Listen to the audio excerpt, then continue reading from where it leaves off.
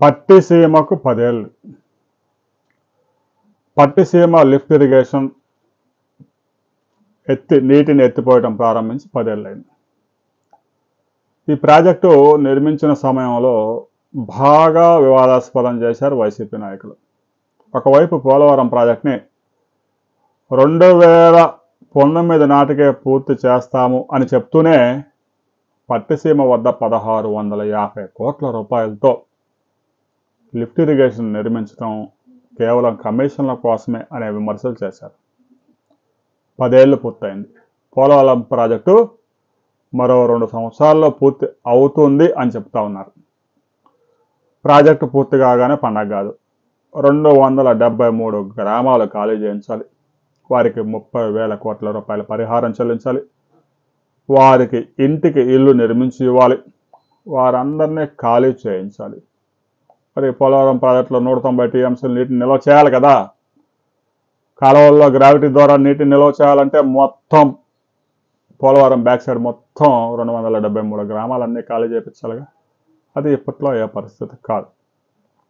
Pattiseema project నిర్మించిన సమయంలో తీవ్రంగా వివాదాస్పదమైన పోలవరం ఆలస్యం అవుతున్న కొద్దీ పట్టిసీమ ఫలాలు కృష్ణా డెల్టాలో 12 లక్షల ఎకరాలు సాగు చేస్తున్న రైతులకి అందాయి.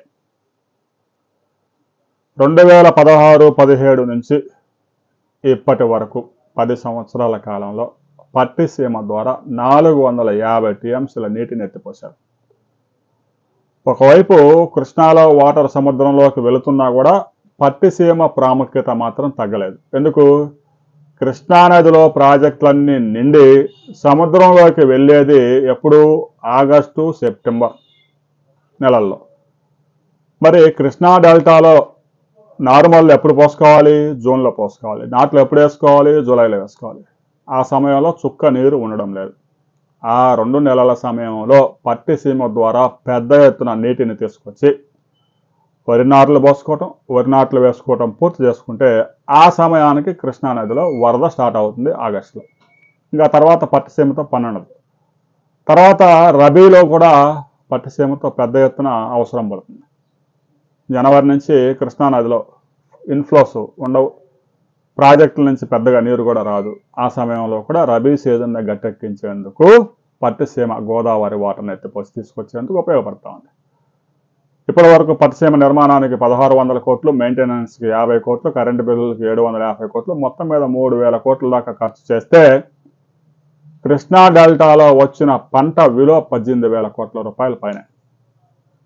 మొదట్లో విమర్శలు ఎదురైనా గోదావరి జలాలు వచ్చిన తర్వాత కృష్ణా డెల్టాలో దిగుబడులు ఎకరాకి 4 నుంచి 5 బస్తాలు పెరిగిన మాట వాస్తవం.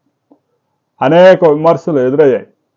అయినా కూడా పట్టిసీమ నడిపించారు. పోలవరం ప్రాజెక్టుగా పూర్తి కావడానికి మరో 2 సంవత్సరాలు, ఆ పరిహారం ఇచ్చి ఆ గ్రామాలు ఖాళీ చేయించడానికి మరో 6 సంవత్సరాలు అయితే పడుతుంది. మొత్తం మీద మరో 7-8 సంవత్సరాలు పట్టిసీమ నీటిని ఉపయోగించుకునే అవకాశం ఉంది.